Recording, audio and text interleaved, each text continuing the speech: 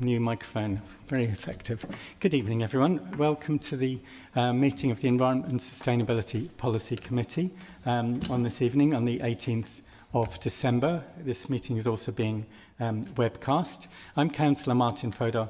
I'm chair of the committee, and we're going to do some welcomes and a few basic pieces of information to start with. Firstly, can I have the committee members introduce themselves? We'll go along the front row and then the row behind and then beyond. Hello everyone, my name's James Crawford. I'm a Green Councillor with Bishopston and Ashley Down Ward. Thanks. Hiya, I'm Abby Finch, Councillor for St George Central Ward. Hi, Councillor Izzy Russell for Ashley Ward. Councillor Tim Kent, Hengrove and Whitchurch Park Ward. Councillor Kirsty Tate, Ward Councillor for Hartcliffe and Wivywood. Councillor Kai Dodd, Councillor for Southmead Ward. Councillor Tom Enhard, Labour Councillor for Horfield Ward. Councillor Mark Weston, one of the councillors for Henbury and Brentry Ward. Thanks very much. So there are 9 members of the committee. It follows the political proportionality of the council. That has been revised a couple of times recently, and we're confirming it does comprise these 9 members. So we're all present. Although some papers did list Councillor Mack, they're no longer on this committee. Just to outline basic emergency evacuation procedure. In the event of an alarm sounding, we're not planning any fire drills, so it will be the real thing. Please do leave the room calmly via the lobby area that you came into, out the main door of the City Hall, turn right, walk down, and we assemble towards the cathedral where we will get wet. And that will put out any fires. Okay, so we're on to agenda item number 2. No apologies for absence and substitutions, because all 9 of us are here. And the meeting is quorate. Do we have any declarations of interest for any items on the agenda from any of the committee, please? Nope, no declarations of interest have been declared, so we record that in the minutes. Thank you. We're on to item number 4, which is the minutes of the last meeting. We all have access to the minutes, which are published on the website. Does anyone have any matters arising, or are we happy to move that the minutes are a correct record? Has anyone got anything to raise? Or would anyone like to second them as being a correct record? I can second those minutes. Thank you very much, Councillor Tate. So no one had any amendments to any of the wording. Thank you. Okay. Item 5 is Chair's announcements, and I'd just like to make a couple of comments at this stage from recent events and news. So I'm delighted to say you may have heard that Bristol Waste are currently running an electric vehicle trial of a refuse collection vehicle and other vehicles that they operate. I think it's really positive and exciting that they're gaining operational experience for that, and it's very relevant to an item later in the agenda on future adoption of electric vehicles. And secondly, we did mention in the last meeting in Chair's announcements that we were looking forward to publicity and awareness raising around fly tipping, and we took part in the Keep Britain Tidy's fly tipping fortnight, and we were in fact really lucky. We gained national and regional coverage on Channel 5, ITV, BBC, a lot of positive publicity. The most important, to my mind, after taking part in that, is our enforcement teams and our waste contractor both got very positive publicity for all the work they do for us. And we got the messages out about how to avoid using cowboy contractors who are frequently the cause of fly tipping, about 40% of fly tipping. So that was good news to get those messages out and see them repeated on social media by members of the public. So item 6, we're moving on to public forum, and we have a number of statements and a number of questions. I believe 2 people are here who would like to summarise their statements that they've submitted. We've all had access to those statements, but on behalf of Laura Fogg-Rogers, we have Kat Corbett, who would like to speak about social value of repair, share and reuse. Okay. So over to you. Thank you. Hiya, good afternoon everyone. My name's Kat Corbett. I'm the Head of Circular Economy at UE Bristol. I'm also a Community Repair Cafe organiser and I'm a member of the Bristol Repair Coalition, on behalf of which I'm speaking today. The Bristol Repair Coalition is a vibrant alliance of community groups, social enterprises, local businesses, academic institutions and city partners, united in extending the life of materials and products through repair, reuse and sharing. A key step to unlocking these benefits is the development of a circular economy demonstrator, a dedicated collaborative space where repair, reuse, refurbishment and skill sharing can be trialled and scaled. We commend the Council and Bristol Waste for their constructive partnership so far, especially in supporting reuse shops. To build on this, we ask for continued support to find affordable premises and access to materials through waste services required for the development of the demonstrator. A key element will be the inclusion of social value as a key metric. This is important to ensure the wider societal benefits from waste reduction are included in accounting. Repair and reuse reduces waste and helps prevent fly tipping and the costs it incurs, increases access to affordable goods through reuse initiatives, fosters stronger community bonds by encouraging volunteering and supporting repair cafes, and provides valuable training opportunities for young people, those currently outside education or employment, and individuals facing social exclusion. Embedding these ambitions in the new waste contract will help Bristol lead as a green city once again, creating economic, social and environmental gains for all. Thank you. Thanks very much for your statement, and we've received that and noted it. That's very helpful. So, Sarah Kemlin, you have a statement as well on the Climate Emergency Action Plan. Sarah Kemlin. I welcome the commitment to tackling the causes and impacts of the escalating climate and nature emergencies in the action plan, though there is more to be addressed. With the climate changing even faster than scientists predicted or foreseen in previous planning, as highlighted in the recent National Emergency Briefing, carbon reduction, resilience building and just transition plans are urgent. The regional and could you hear that first part? Okay. The regional and international involvement are also vital, including engagement with European and core cities bodies, and in particular, the plan to endorse the Fossil Fuel Treaty, previously Fossil Fuel Non-Proliferation Treaty. These actions signal the Council's continuing climate and nature leadership locally, regionally, and internationally. I would also refer you to Harriet Bradley's statement, with the far greater impact of climate-related disasters in the Global South.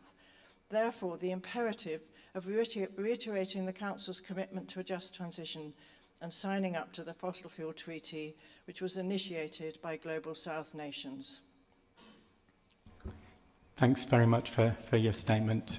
That's been noted, and it does appear in the later item on the agenda. So those are the only two of the submitted statements where we have someone to read them. We'd now move on to questions that were submitted through public forum. You submitted some questions. Well, Laura Fogg-Rogers did. Kat, do you have any follow-up to those questions? No follow-up. Oh, that's loud, sorry. No follow-up questions. No, thank you. That's great. Thank you very much. So I'm glad you've had the answers for those. Now, we've had three questions from Pavlos, who is attending. You've received your answers as well. Do you have any follow-up to those answers? There's actually no need for me to read the question out, but for question 7, which I believe is mine, I've got a reply. So if you want to save some time, I can just go straight into them, as long as you promise that you've all read the question. Yes. Yeah. Yes. Okay, so what I'm basically saying, and I have to get my piece of paper, came around very quickly. I mean, the replies have been published, but this is your chance to answer a subsequent question. Yeah, that's right. From that. Yeah. This is based on your reply. So what I'm saying is, I believe that this used to be called mischief rule, where you have missed the overall purpose and objective of the 2026 legislation, reading legislation literally rather than entering into the meaning or intention.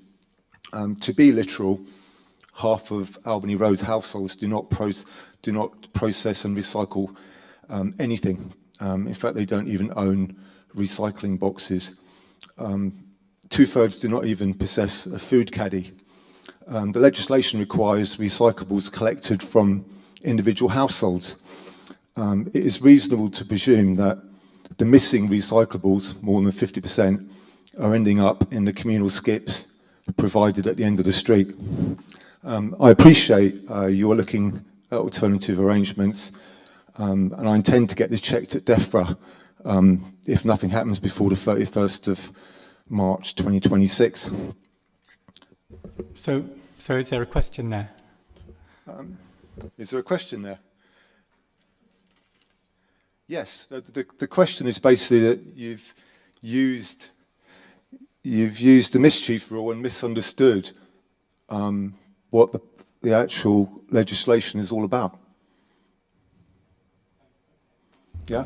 Right, thank you for that. So we will have to have another look at the answer and see if we can address that, including your question about whether it will be dealt with by March. Yeah, I mean that was a short version.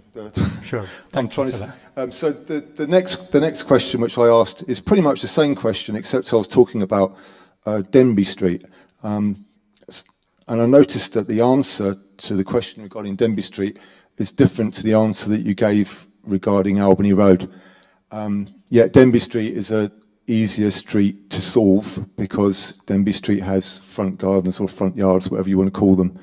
And I'm worried that St Paul's, even the easier streets, are going to get forgotten in the money from DEFRA regarding helping you implement the 2026 legislation, and which is why I chose Denby Street, because that's an easy gig. Okay. So I suppose that's a question, but it's kind of a question but a statement, and maybe something to help you along the line. Maybe you'll go to Denby Street, have a look, and understand what I'm saying, that there's absolutely no reason why there are free skips at the end of Denby Street. Okay, thank you very much. Thanks for drawing that to our attention. And the streets and the issues have been noted, and we will be having a look at that. So, right, and then the last one.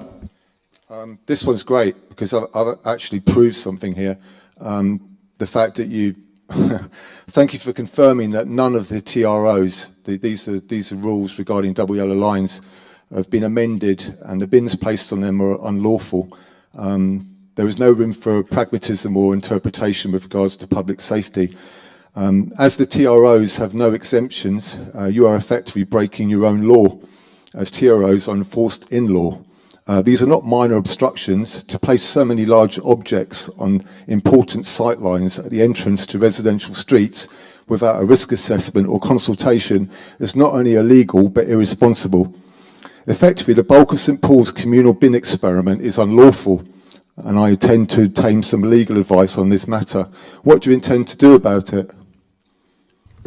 okay, thanks very much again for drawing our attention to that. The last line of the answer you did get, so does confirm that Council is committed to review options to formalise the arrangement, and it may include amending the relevant TROs, traffic regulation orders, for anyone who doesn't. If you think about it, that when that social experiment happened 16 years ago, there was no risk assessment whatsoever, and none of the yellow line situations, the TROs, were even looked at, which is illegal. This is a bit I find, and then I read the AI-induced answer, and it's long-winded, and it doesn't really address the fact that no risk assessment was made, or consultation. You're meant to consult on every single street where this happens, and you haven't done it. And there are 17 streets in St Paul's like this. Thank you very much for that. That is a historical matter, and we have committed to go and look into that. I think that concludes the public forum, because the other people who might have attended with the other questions, they've all received their answers, and I don't believe any of the others have attended on this occasion. So we conclude the public forum, which means we move on to agenda item 7, Bristol Waste Company contract renewal. Thanks very much. So this is a really important matter because for the last decade or more, the council has been served by its own company, Bristol Waste Company, following the departure of a private contractor. And it is an opportunity to review and renew that contract and to consider the options we do have for how waste is managed and recycling is managed. So we've got a report on that. I'm going to hand over to Peter Anderson to present that report. Thank you very much. Thanks, Chair. So this report brings to the committee in relation to the work we've been doing in relation to review of 2027 when the current contract expires. In 2015, the council established Bristol Waste Company, operating under a TECL model, which does allow for continuation of flexibility in service delivery, strengthens transparency and governance through contractual oversight. It also enables the council to embed social value in its contracts, such as local employment and sustainability. But mindful that we are nearing in 27 the need for a decision, and hence the work we have undertaken with a consultancy, SLR Consulting, initiated in 2023 when we were looking at benchmarking our household collection service, our recycling service against core cities, which showed that the model that we operate is efficient and good value for money. The focus of this exercise was to, as the purpose of the report shows, to consider whether we extend our existing arrangement with the company under the current contractual terms, or to improve the contractual arrangements to endeavour to improve reliability and efficiency of the service, but also to consider whether an option is to bring in-house and also to outsource. So the information that we looked at, in addition to the commission reports, was also to engage with our procurement team in-house to provide a procurement and legal view. The service currently delivered by Bristol Waste Company includes waste services as well as soft FM services. So the consideration of soft FM is ongoing and will be part of the future decision making in relation to FM services as part of the wider Bristol Waste contract. So the first exercise we undertook was benchmarking against core cities and similar partners, but using information from the Waste and Resources Action Programme, as detailed in the report. And the conclusion was that despite of some scope of cost optimisation, particularly in support services, the report indicated that Bristol Waste Company was good value for money, and its services were comparable to other authorities. And it did acknowledge that the governance structure within the company did allow for flexibility and transparency. The report brings to life the evaluation model we undertook in relation to service delivery models, in relation to, as I've described, the refinement, the continuation or the outsourcing. So there was 4 options that were considered and assessed, and the preferred option was to extend the contract, or propose to extend the contract with BWC, Bristol Waste Company, but an improved contractual arrangements that would enable the council to, from a client side, of ensure that we can direct, challenge, and be flexible in relation to the services that we need, over and above what current arrangements we have around a waste service agreement. The third element, as I mentioned, was from an internal review from our procurement team in relation to having a view of what option to take, and with mindful of being the contract is due to end in 27. The recommendation was to renegotiate contract terms or the conditions with Bristol Waste Company rather than to go out or to bring back in.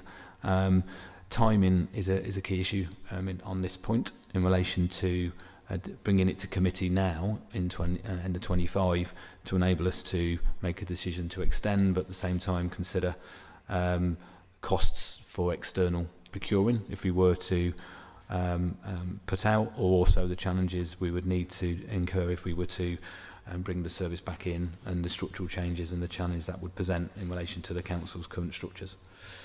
The fourth element of review was the contract and performance review for the company, and on review, the refinement of the contract model would enable the council through the client side to strengthen the contractual structure, as I said, over and above method statements to look at, over and above the waste service agreement, but to have method statements and a stronger performance framework linked to operational delivery over and above the current suite of KPIs. The financial mechanisms that currently exist would be recommended to be revised to include an annual price adjustment such as indexation to clarify the pass-through cost like residual waste and improve transparency of payments. The committee report also provides information on why the other options weren't considered, and they are bulleted in the report. The recommendation, which I know hand back in a moment, Chair, to yourself, is to preferred model is to extend BWC under improved contractual arrangements, but to work through a business case proposal to do the further work in relation to working with the company closely to bring back to committee in autumn. So the decision on to continue with Bristol Waste is the recommendation, but to do the further work around the business case to bring to life the best model moving forward. I'll hand back to you, Chair. Thanks very much for that summary. This is about the future service delivery model, and you've talked about the options available and the modelling and testing that's been done, and the recommendations that have been considered and not brought forward as the proposal. It is a key decision. I have to remind everyone it involves a spend over £500,000 and impacts 2 or more wards in the city. Clearly, it affects the whole city. We have the opportunity to ask questions about the report and then come to the conclusions we want. I have to remind both the committee and anyone observing the meeting, this item contains exempt papers. So if the committee actually wish to discuss some of the matters in the exempt papers, we will need to close the public meeting for a while and withdraw to deal with that exempt discussion before we return, and we would then come back and we would make our decision in public. But if we want to go into exempt matters, obviously that bit cannot be continued here or webcast. So over to the members of the committee. If you've got questions about the report or the recommendation, I'm happy to take those now. Thank you.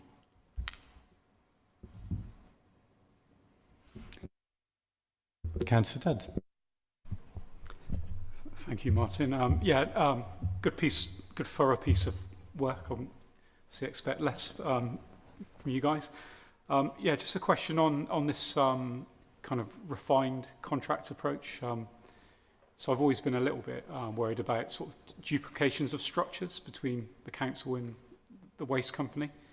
So I just wondered, as part of that process around obviously looking at best value and that within the contract, is there any scope in terms of expanding sort of shared services between the council and the waste company? So I think I do worry sometimes when we've got like separate HR teams and comms teams and things like that just potentially costs that we could probably avoid potentially. Thanks for that. Do you have a response to that? Yeah, I think the opportunity is there. This was back in 2017 when we set up the contract. Clearly, there's been an evolution of services, and we can demonstrate of Bristol Waste have worked closely and delivered in partnership with us on some services in relation to systems. In terms of HR, as you mentioned, is a good example. In terms of the company is 800 strong in terms of employees, and yes, they use our systems. I don't think necessarily that would be the model to bring that thing back in-house. I think this is about operational delivery and reliability, and in relation to method statements, monitoring, environmental assessments, which services that may have gone across initially, and part of the business case is to look at actually the resources which Bristol Waste have got across the company as a whole, and where there are gaps. So where there is opportunities through that business case, then we want to be able to demonstrate best case and best consideration for the council. And if that was to provide us with an opportunity to do things better, more efficiently, then we would look at that definitely. Thanks very much for that. Does anyone else have any questions relating to the report or the recommendations? Okay.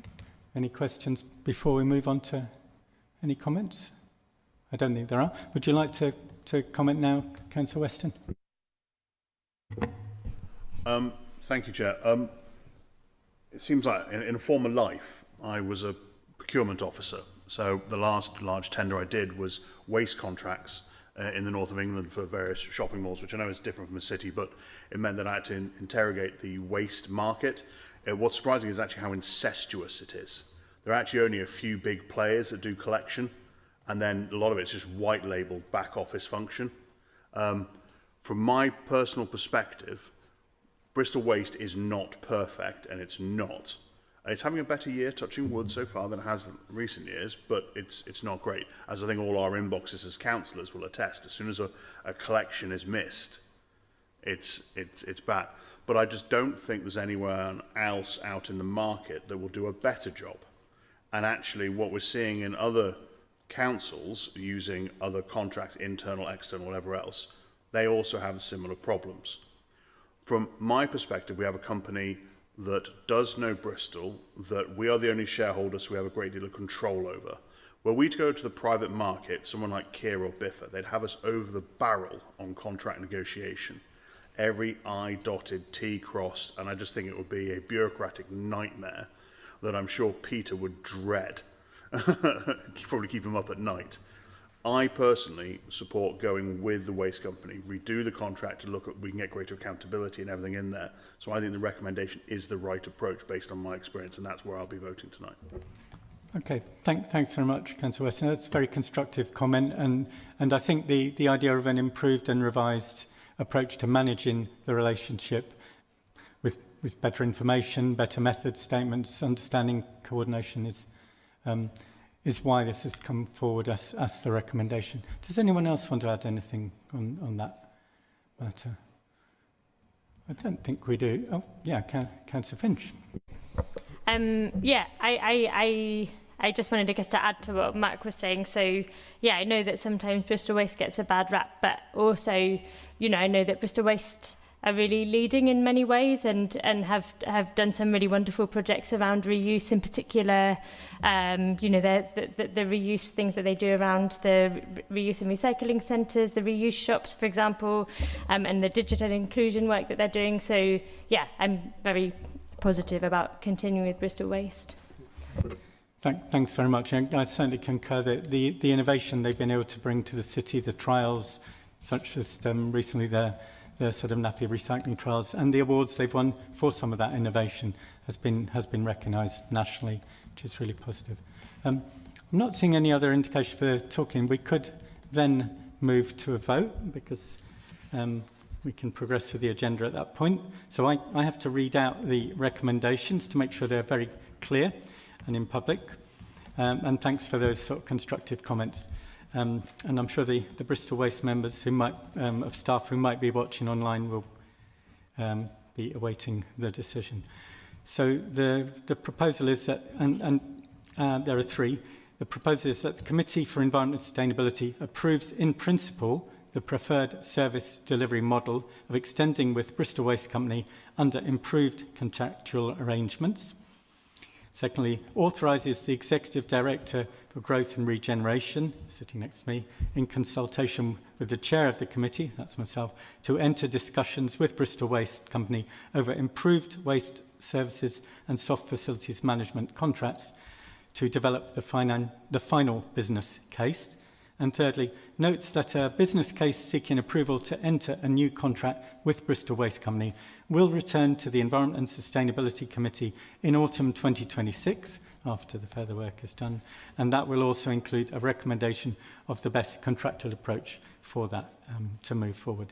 So we have three recommendations. If everyone's happy, we could take them together.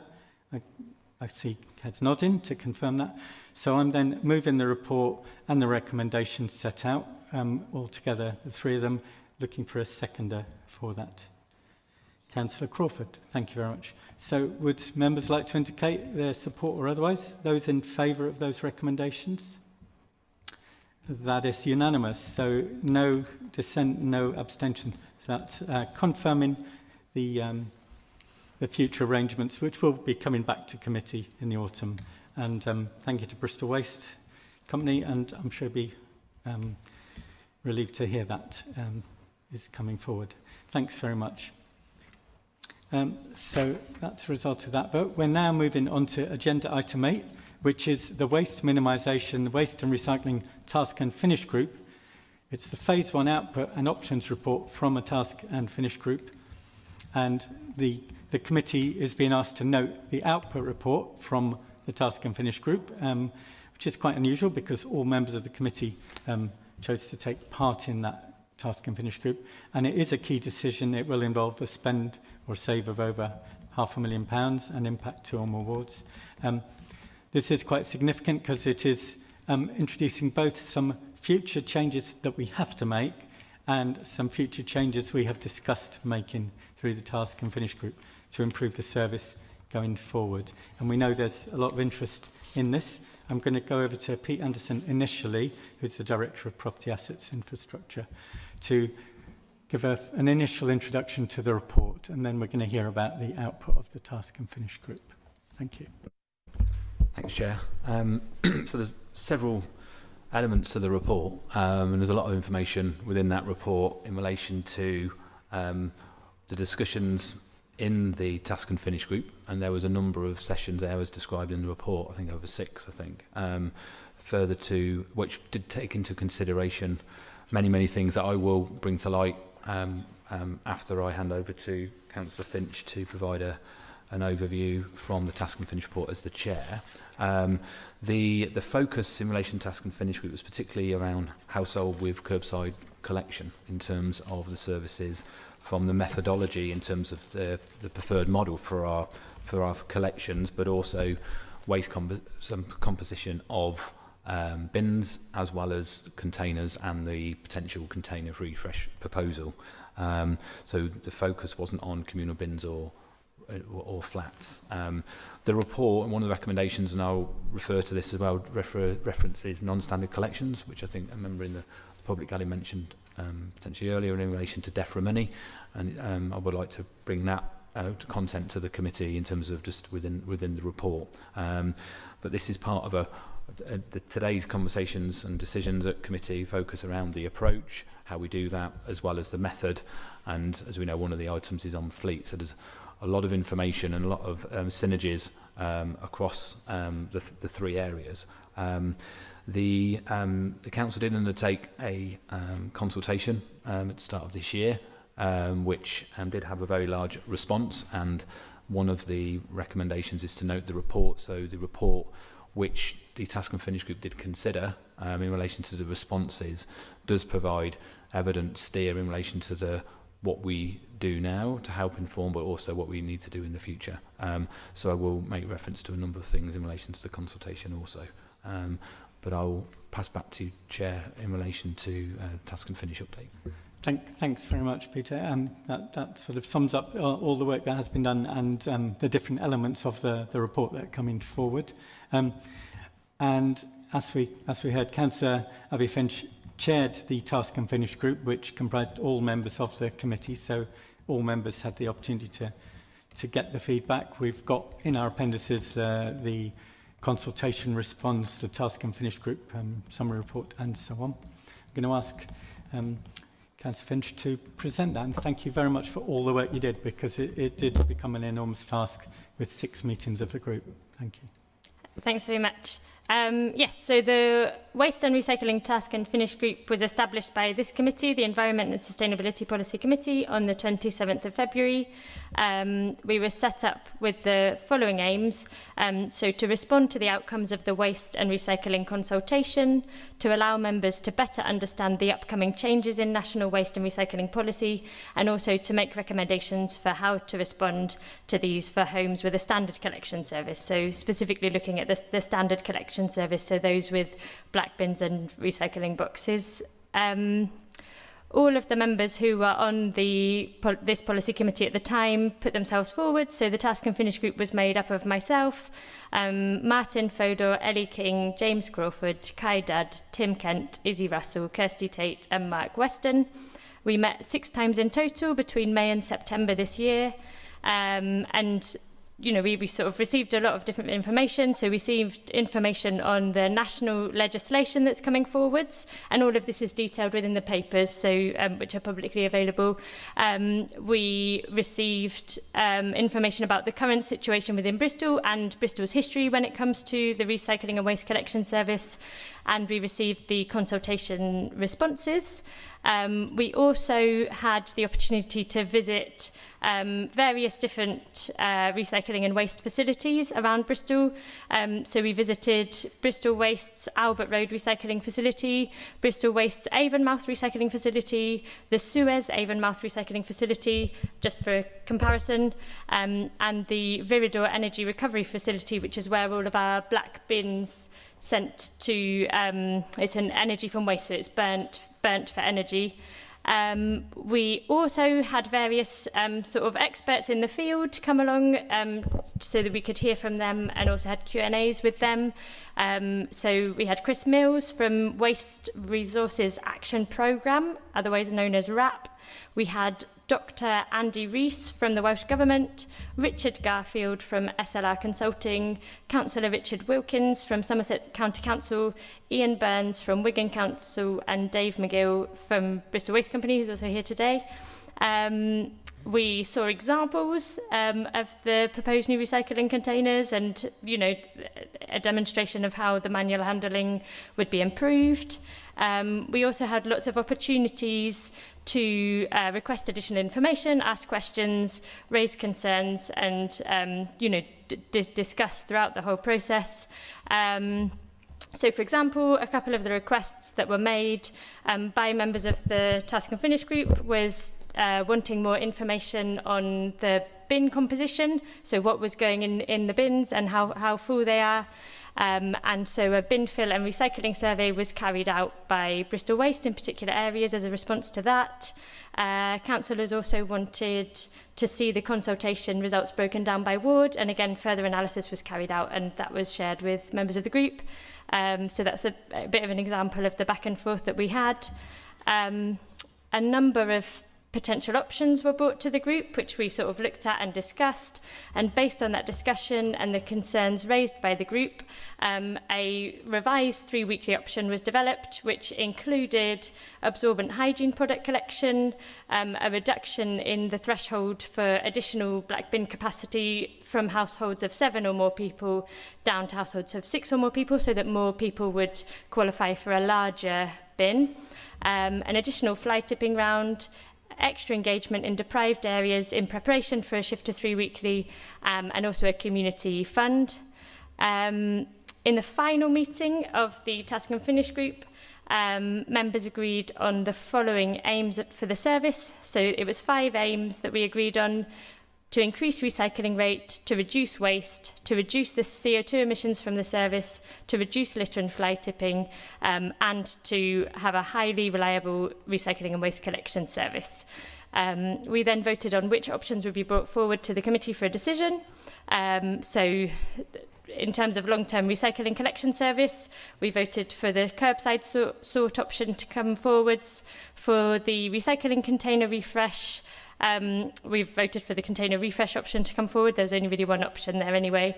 And then for the waste collection methodology, we voted for 2 options to come forward to the committee today to vote on, one being the revised 3-weekly option with all those extras that I mentioned, and the other one being for no change, so sticking with the fortnightly collections. And finally, the group were also given the opportunity to come up with alternative solutions to reach those aims that we'd agreed on without additional money coming in from outside the service, but nobody came forward with any alternatives. Yes, so that's my summary of the Task and Finish group process. Thank you. And thanks very much, Abby. That's a very thorough summary, reminder of all the things we went through, the evidence we gathered, the discussions we had. Is there more we want to hear about in terms of what the contents of the report, which are now tabled to this committee for us to then follow up? I was just going to bring a few things to light, Chair, if I may. Please go ahead. Which elaborates on a few points. So one of the big drivers, or the couple of key drivers for us, is the depending, or the simpler recycling legislation coming forward now, but also in the future in relation to changes of what requirements for what we have to collect. Also in terms of food collection, in terms of needing to provide that service, as well as potentially a mittent trading scheme that may come. So driven by finance, driven by responsible recycling and management of waste and waste presentation, and also decarbonisation. And all those factors do play into the conversations we had at Task and Finish, which were very fruitful and did cover a lot of areas in relation to key to the success of future recycling waste minimisation approach is clearly behaviour change in the context, particularly in reference to the bin composition, and it's referenced in the background report with 53% of material that could be recycled, including food. And how do we go about that in relation to as a council, as a city, and provide a service from a collection perspective, but also from a containers perspective, of which Councillor Finch highlighted that we did discuss around container refresh. The background information does show the initiatives that we have brought in over the last 10 years, and pleased to say, well, it's pleasing that we are currently and remain the leading core city for recycling, but we have stagnated at mid-40s in relation to our recycling rate, and part of the a key ingredient for us was actually how do we move and increase, how do we actually get to behaviour change to increase our recycling rate. The information we received, we considered, did include collection methodology, and that is one of the recommendations, and our focus and analysis was, as Councillor Finch said, was to maintain a curbside multi-stream service, which does allow us to retain the recyclates to be reprocessed into new materials, which does provide a financial return. So the model we've got in relation to Bristol Waste Company, we are able to retain the recycler to be reprocessed, but also with a financial return for us. We're the only core city that operates a curbside sort, and that is the recommendation is to continue with that. Container refresh. We know that we introduced blue sacks in 2019 and food waste in 2011-12. So we know that the presentation of bags and boxes is old, and we discussed at length in relation to capacity. If we are wanting to improve our service and to provide opportunities to recycle more, then we need to consider and review our containers and our bags in relation to providing more space for people to recycle.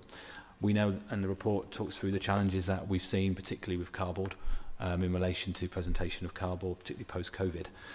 Not only presentation challenges at curbside, but also in relation to vehicles, and we'll mention vehicle fleet at the next item, but that is a challenge for us. So further to resident feedback, I think it's important via the consultation, which did underpin quite a lot. Our proposal is to increase and change our containers, and that's containers were recommendations about container refresh. The consultation report is contained within the bundle of papers. It was one of the largest, if not the largest, consultation that the council had undertaken. So some really good engagement and feedback, both on the questions posed as well as the free text. But it was, I just wanted to pull out in terms of, yes, there was questions that were answered specifically, but in relation to the priorities that residents particularly were feeding back to us, not, clean streets, reducing waste, recycling more, climate emergency were the top four focuses in relation to an improvement to service and what they would want to see. So the conversations through Task and Finish and the recommendations for the report really focus on those four areas in relation to the consultation.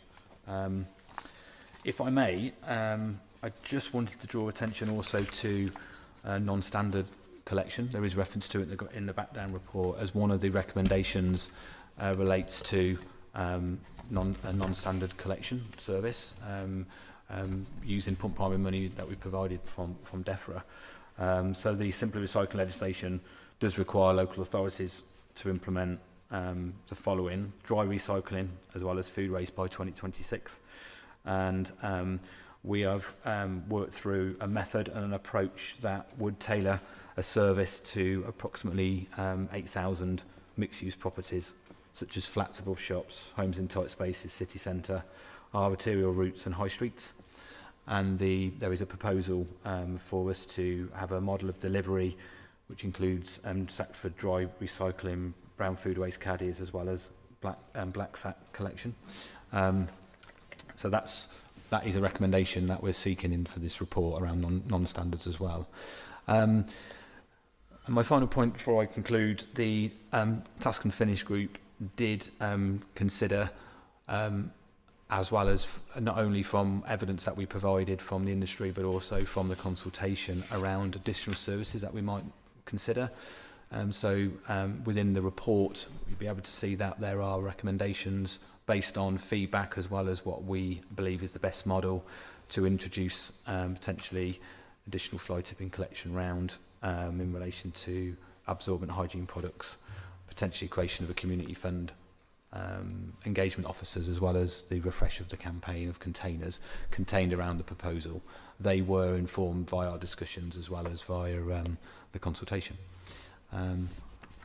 I'll hand back, Chair. Hopefully that brings a few more things to light. Thank you. Yeah, thanks very much. So that's a very full summary. So following on from the work of the actual Task and Finish group, summarised by Councillor Finch, you've pointed out that all of the elements that have then been brought together in this report, the majority relate to our standard collection service for homes in streets with boxes for recycling and so on, and this additional implementation of what we have from DEFRA for non-standard collections, which could assist different streets, different types of housing, and the improved offer, which we put together through responding to public sort of concerns for certain things such as absorbent hygiene products and so on, and the option for a community fund, which is really positive.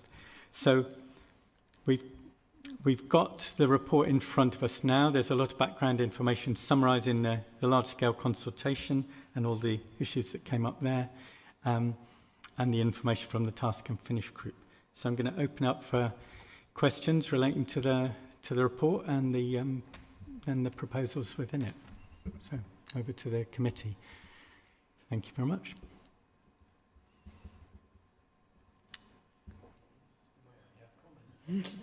Well, I've seen two hands. I've seen Councillor Kent and Councillor Reynard. So over to Councillor Kent first. Thanks. Mine was actually just a quick one regarding the public business, which is the non-standard collections. So I was a bit confused because what's laid out in the non-standard collections will be a black bag waste collection service. In the replies to the member of the public, it was talked about making an application to change TROs for large waste bins, these communal bins. So I don't understand where those come in because they're not mentioned at all in our report. So it was my understanding that a change of service was coming in, and that one presumed that you were going to move away from the shared bins on the streets. So we won't be moving away from communal bins on the streets for all premises. They have a role as part of an integrated solution. What we're looking to do is bring in non-standards to address certain types of properties, flats above shops, tight space, on-street issues, which we can then roll out a tailored service. So you've got communal bins being part of the solution, the curbside service will be the curbside service, and then a non-standard to supplement those two. And where we can, maybe yin and yang and grow the capability of that service over time. but there is certainly a need in the city centre and arterial routes to bring in this service to remove waste being stored on the streets and creating problems. Is that clear? So it's the non-stand service primarily for high streets and radial routes, flats above shops where there aren't places to present bins and boxes either, or take bins off the road as well. Is that clear? Well, the non-standard service was clear. It wasn't the use of communal bins to continue on the street. That was not clear to me. I had presumed that was going to, in the main end, it seems like that where those exist, that's going to continue to exist. I'm just wondering then, if that's the case, and the rest of the city is expected to move to 3 weekly bin collections, how are you policing people's access to those communal bins? How are they being encouraged to recycle more? Because the rest of the city, of course, would be forced to recycle more, yet they're getting a premium service. So I suppose I wouldn't say that they're getting a premium service. We are reviewing the recycling provision and upping that in those areas to offer greater capacity to recycle and simplify it along the sort of container refresh approach, so merging card and paper.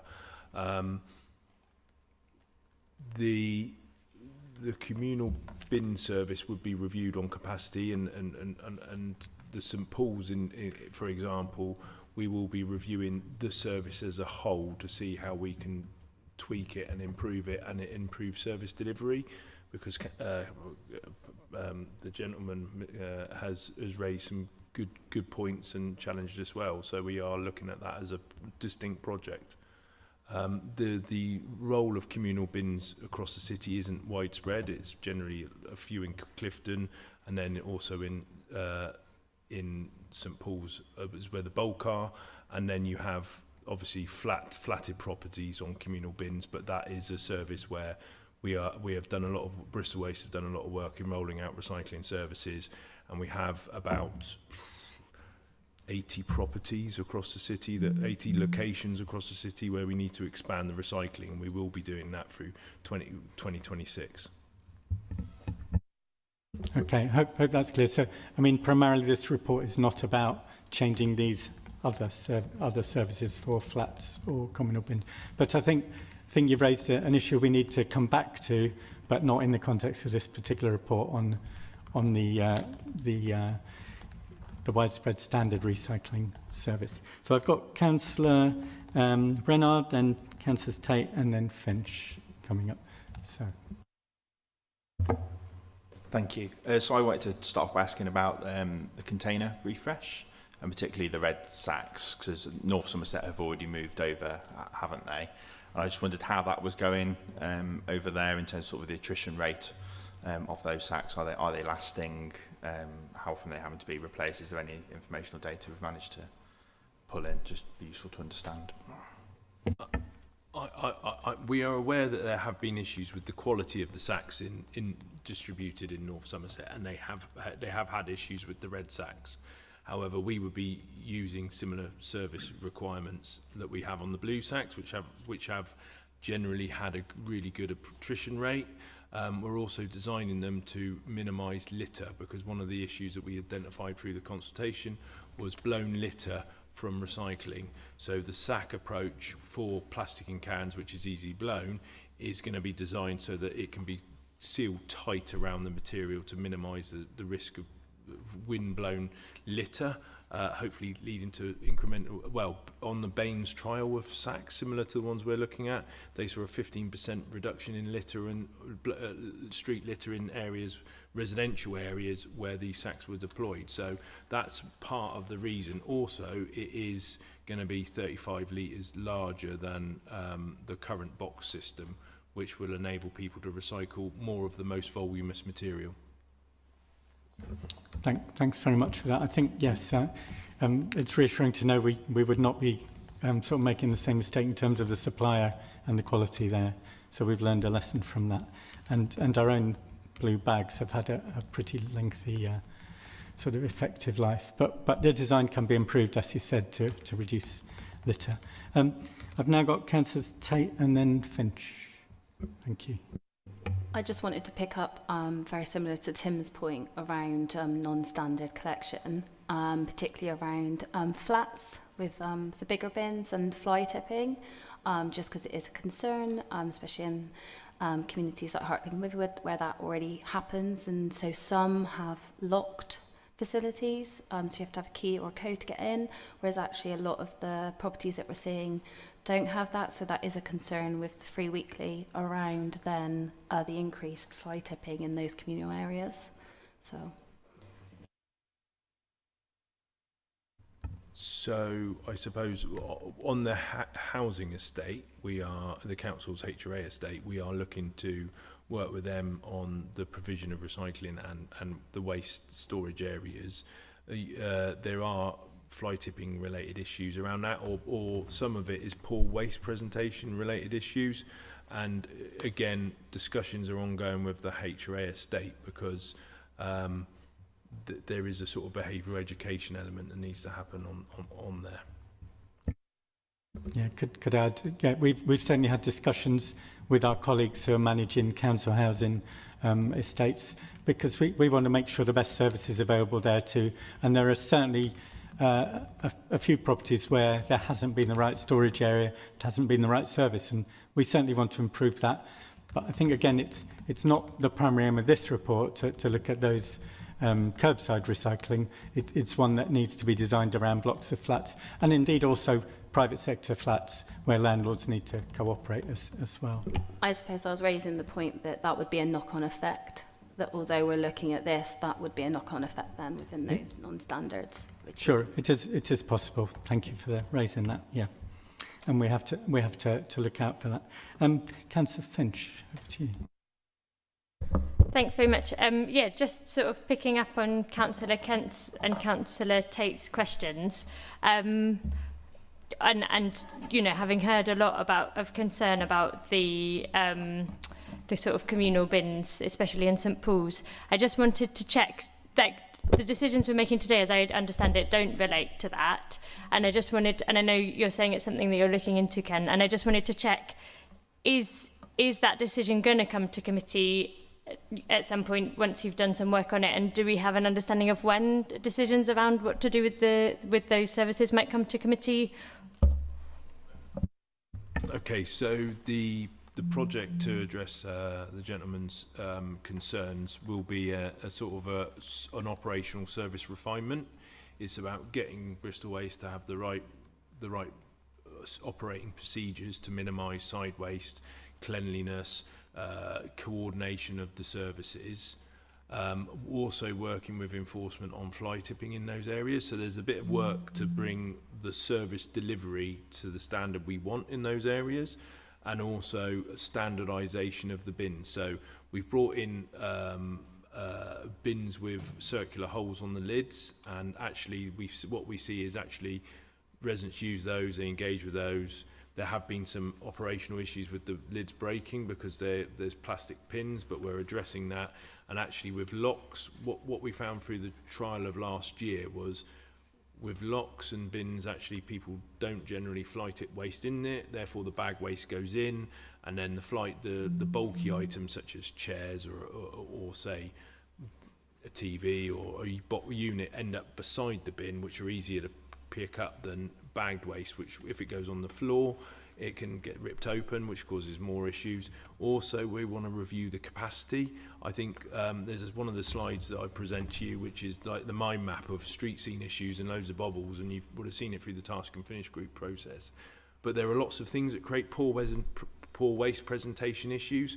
Part of it's behaviour, part of it's service, and also like the housing estate, housing stock. And obviously in St Paul's, lots of it has been moved across to flats, bedsits, HMOs, and it's all about, there's lots, so therefore there's real densely populated population in there in actually relatively small spaces without any storage capacities, and that puts it all on, and it's about managing that. So that will go on in the background. If you want something to come forward as part of a review, and the changes in the rest of this report will not fetter changes in St Paul's, because that is a service that needs to be considered, we can incorporate that as part of the task and finish phase 2 process of next year. Yeah, I'd certainly support that. Yeah, it would be good to have some sort of councillor involvement in that, I think. So yeah, but either a briefing or part of the next phase of the task and finish group. Yeah, or I guess oversight by Martin. But yeah, if it can be the whole committee, that would be great. Yeah, thank you. Thanks very much. That's very constructive. I appreciate that. Just checking if there are any more questions on the report tabled here. I can see 2 people have already spoken. Is anyone else who hasn't yet spoken? Okay. So first we had Councillor Reynard, then Councillor Kent. Thank you. Thank you. So one's a follow-up and then to this discussion, and I've got another one. So just on the HRA, because you'll appreciate our residents don't distinguish between which bit of the council owns what bit of land, and they just see the council as a whole. So when we get responses back from whether it's Bristol Waste or whether it's housing, going, this is housing land and therefore we can't do anything about it, it's quite frustrating both for us as councillors and also as residents. So the question is, you say discussions are ongoing. I want to pin you down on that. When will it be sorted, and what is being done to get it sorted? Just because I want this to just really come to a conclusion for the sake of my residents that report fly tipping on HRA land. So I suppose as part of the proposal, there is a fly tipping round which would help alleviate some of those pressures that you have identified. So the part of the 3 weekly proposal is to use the savings to reinvest in service developments to reduce the impact on residents or improve the service offering. A fly tipping round is part of that and that would go across both HRA and normal, so it would remove that barrier. And then also like the reporting and stuff. If that doesn't go ahead, we will have ongoing talks with the HRA team around the service offering and the recharges and all of that sort of stuff.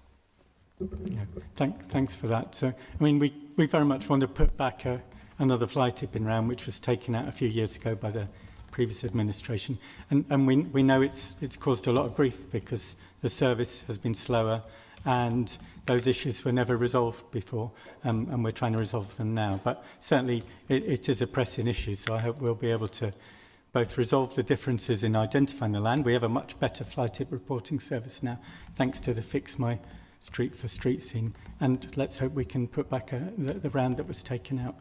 Okay. Yeah, thank you. Of course, austerity has been tricky and quite hard on councils, and obviously there was some good news yesterday out of the national government, which will see 161.3 million. This council will be better off by end of 29, which I think outstrips the pressures scenario for this council in that year by about £6.5–7 million. So some good news. The question I just wanted to dive into was around recycling rates, and this was something actually we did ask as part of the task and finish group, and I noted that some sampling was done of what was in bin bags, but what we were really trying to sort of drive and get an understanding of is looking at how that recycling rate fluctuates across the city. I think one of the questions we've always had is more targeted interventions needed rather than something that's sort of very generic in the way it's applied. And I just wondered whether a breakdown of that was available in terms of the recycling rate. And I don't mean the sampling data that's in the report. I mean, you come to that 45% figure somehow. I'd presume that you calculate it by round. So is that data available? The composition analysis data is a sample based on the statistical makeup of the city, and it's a small 500 catchment across and proportionally developed. So that's where the baseline of 53% recycling is available in the black bin to recycle. We also did some bin surveys following the task and finish group because they wanted to understand. There was a bit of a discussion about 75% fill rate, and so we went out and actually did a survey on fill rates and presentation of recycling. And what we found actually is lots of bins are full without the recycling being fully presented or being fully engaged with, and we sort of skewed that because we know from socio-demographics that you know, recycling and recycling behaviour is very dictated to on those sort of linear approaches, and so therefore diversity or deprivation are good indicators on how impacts on recycling. And we've got analysis in the reports and in some of the slides around the link between deprivation, housing stock, English as the first language in a household, spoken language in a household, and those things. And actually what you find is education on its own is hard to change that behaviour, and what we've seen from the analysis is more local authorities are looking to step up the recycling performance, and 3 weekly is the way that it's sort of going. And in the southwest we seem to be some of the leading authorities. So you've got Somerset, which is gone, North Somerset's gone, South Gloss are implementing, and now Wiltshire have voted to go that way as well. And the evidence is that it will have a lasting positive impact on recycling because it pushes people. And what we're doing with the proposal is also designed to pull people along by offering them the greater chance to recycle. And some of the other measures are greater engagement in those deprived areas to try and break some of those barriers that are there from just life, to try and encourage recycling and use the capacity data to target places where bins are full the most, and then like bringing the threshold down on larger bins is designed to help large households in those areas or in more diverse areas, because statistically they're more likely to have larger households, and AHP collections are there for families with kids. And actually by doing some of this we actually can offer them more capacity than they currently do. So it's about building an integrated solution going forward. Thanks very much for that. Councillor Kent wanted to ask a question. It was just a quick clarification question of you as chair, because Councillor Finch said that we weren't making a decision on the non-standard collections, but decision 4 is non-standard collections. Is it that this issue of the on-street... I think you'd like to correct that, hold actually. I'll finish what I've got to say, because I was polite and I kept quiet. Is it then that these on-street shared bins are non-standard collections, as if we have this sort of secret group who have some extra facility that no one else is to have? There are a variety of types of service. Because it seems strange that was not addressed in our working group. No, because our working group was focused on the standard service, not the other different services. Well, apart from the fact it wasn't, in fact, we had a whole discussion and have slides on the non-standard collection service. We were informed about it, but it wasn't part of our remit. Would you like to comment? Yeah, just to come back. No, sorry, it's decision 4. You say it's not part of our remit. Decision 4 is non-standard service. It's in the report. Yes, it wasn't. Let's cancel. Yeah. So just to respond on that one. So yeah, what I meant is we're not deciding on the communal bins today, which is different from the non-standard bins. I realise. Yeah, non-standard is, I guess, sounds like it's talking about all the non-standards, but I think it's actually talking about a subsection, which the is confusing. Exactly, yeah, it is confusing. So, yes. Service. And then in response to the scope of the task and finish group, you're absolutely right. So we did get a presentation on the non-standards, and that's partly because it was raised within the group that people were interested to know what was happening with the non-standards. So we got an update on what the officers were working on with that, and we were told it was coming to a different decision pathway. It's obviously now included in this paper. I did send an email just after the papers went out to flag that it isn't in the remit of the task and finish group, and you can see that from reading the task and finish group report. But it was included in the waste minimisation paper, which I agree is a bit confusing. But yes, it isn't within the scope of the task and finish group in terms of the recommendations that we made. It was just added on so that we could come to a decision quicker, I think. But yeah, I think the officers want to come back on that as well. So, sorry if it was misleading. The non-standard is a terrible name.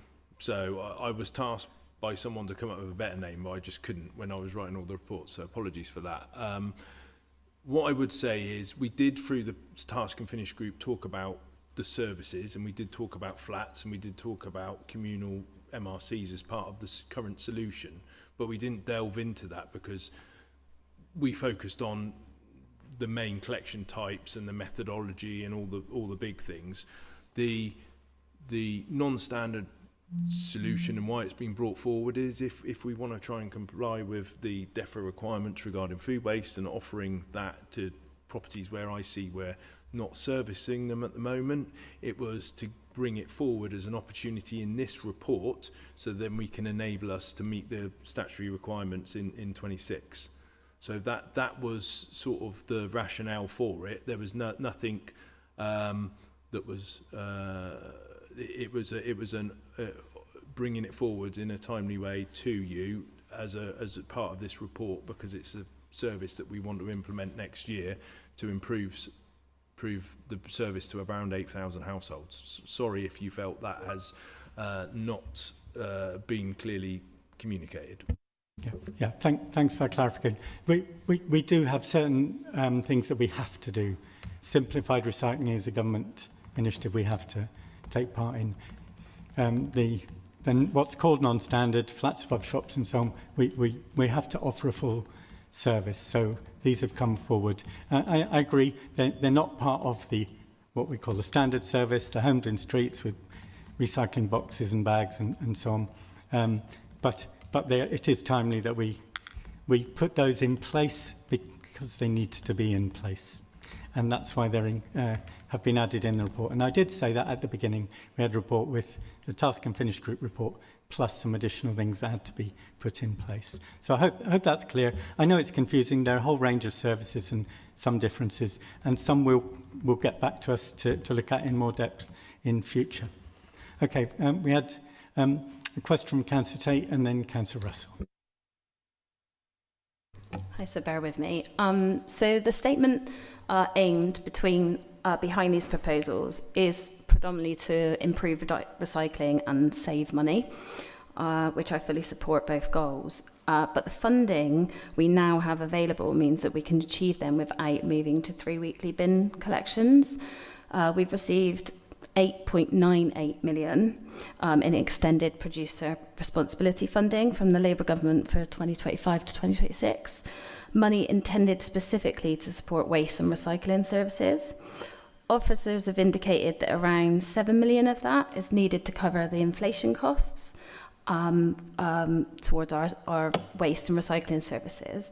So that still leaves roughly just under 2 million unaccounted for.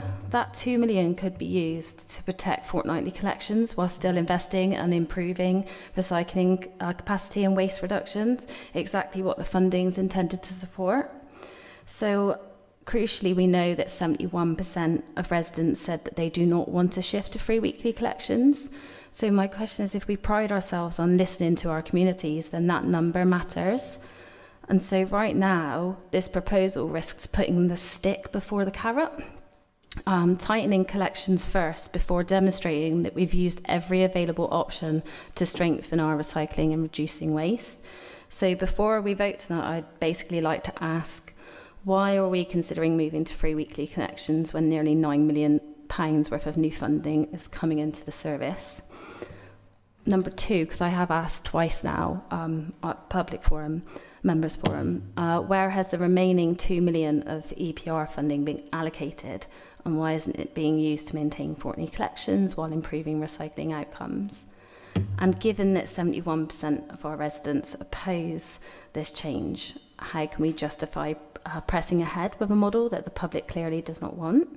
We have the funding, the public support and the opportunity to improve recycling without reducing our core level of service, and I believe that we should take that. Okay, thank you for that. There has been funding from the packaging sector called Extended Producer Responsibility. We have received some money for that. Can we explain where that money has been spent? It has been given to the council to ensure we do carry out recycling and processing of recycling. So would you like to answer that? Thank you. Yes, I'm happy to start, and I'm sure Ken and Pete will help. So the money that you're talking about, Councillor, was part of the Extended Producer Responsibility Framework, as we discussed. That is described specifically as a cost recovery amount of money that's provided. I think the 7.9 million is the allocation for this current financial year. I'm looking at my colleagues. And we've explained, I think, in answers that has been used to spend on qualifying expenditure in this, or will be when we get to the end of the year, on qualifying expenditure in this year. The increase is for the next financial year, for the budget for next year, and the expectation is that it will indeed be used on qualifying expenditure again for next year. So I think that in terms of what the EPR can be used for and how it was intended to be used in the budget, how it's being used in the budget this year, and that's the explanation, Joe. So it is being used as it was described. It's being used to support recycling and the processing of recycling, something that Bristol has been doing for a good many years, but we haven't up till now had that money from the sector, the industry, via the government, to pay for our service, because we've had a better service than a great many other places, including much better than all the other. Can I just double check, because you just said 7.9, which obviously leaves around, sorry, you just said about 7.9, but obviously the figure is higher than that, it's 8.98. So we're looking at roughly cost saving of around 1 million, which would bring in these extra services. So my question is, obviously it can be used as cost recovery, but also it's around innovation as well and improving our recycling rates. So I'm just pushing forward with that around the additional spend. Thank you, Councillor. I'm going to come to my colleagues now just to check the figures. So what I was talking about, I think, was the amount for this current financial year. So the amount for next year has already been determined, and that is 9.1 or 9.1. So that there's more next year than there is this year. And obviously how that will be spent will be determined in the budget that will come to Council in January, February. Okay, thank you for that. Councillor Russell, you had a question. Yeah, hi. It was just going to be a follow-up on the communal bins chat. As an Ashley councillor, I hear a lot from residents in St Paul's, and yeah, some of the circumstances are not acceptable, and I know that I've been in contact with Bristol Waste and other councillors frequently. I just kind of wanted to get an assurance that, one, this is going to be looked at in the next phase of the task and finish group, and also that the communal bins will be kept an eye on if there are any changes to ensure that there isn't more fly tipping, or if there is, to help those residents to deal with that. I'm just thinking about any impacts of changes of collections and how we can ensure that doesn't affect these residents that live near communal bins. Thank you. Definitely. There won't, whatever changes we do, we'll make sure that we engage with residents clearly before we do anything, as well as obviously with councillors, because we know that it is a challenge in that area. It is regularly monitored, and we often had many projects and to try and improve both through our neighbourhood enforcement team as well as with Bristol Waste colleagues. So it is continually under review, but at the same time, in terms of a solution that will be aligned to, as you say, recommendations coming out of future task and finish groups, then I can commit it is a priority now, and it will be moving forward too.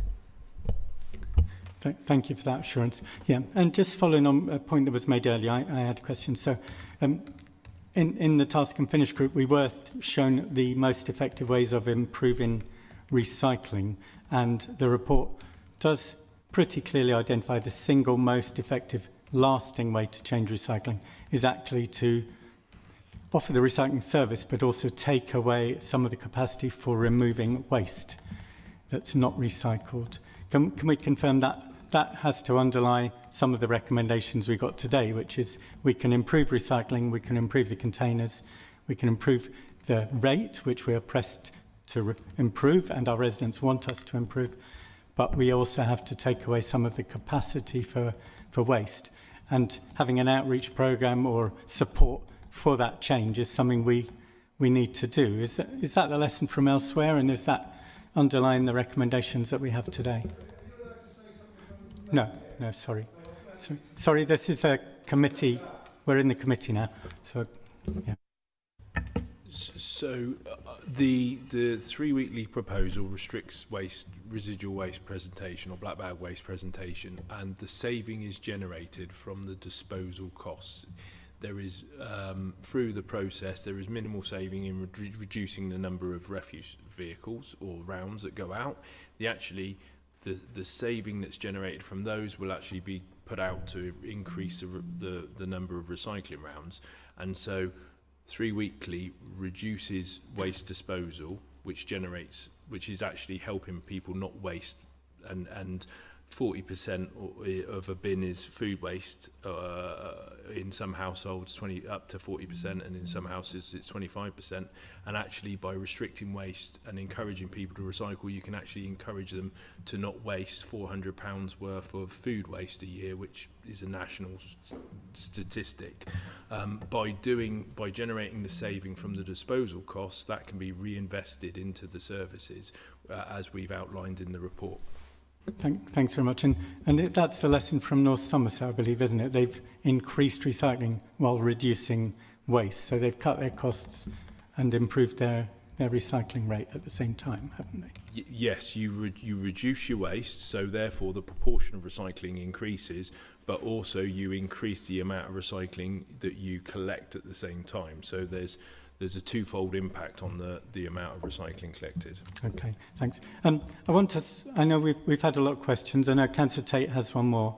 I'd like us to then start focusing on the recommendations, because we have a lot of reports this evening and quite a few recommendations to get through. So if you've got another question, please go ahead. I'm just a little bit confused because at the November's Members Forum, I asked a question, please can you tell us where the extended producer responsibility funding has been spent for the year 2025 to 2026, as I hadn't got a definite answer last time. And the reply I got back is the funding provided is 8.9 million for this year. Sorry, I've just been messaged. So that is correct. So it was 7.4 million we were allocated initially. It was updated during the year, this year to 8.9, and next year has been presumably an initial allocation of 9.1. Yeah, apologies, Councillor. And so you can see why my question was around what's happening with then the remaining money, when that's what we're being asked around the savings that going to free weekly bin collection could save.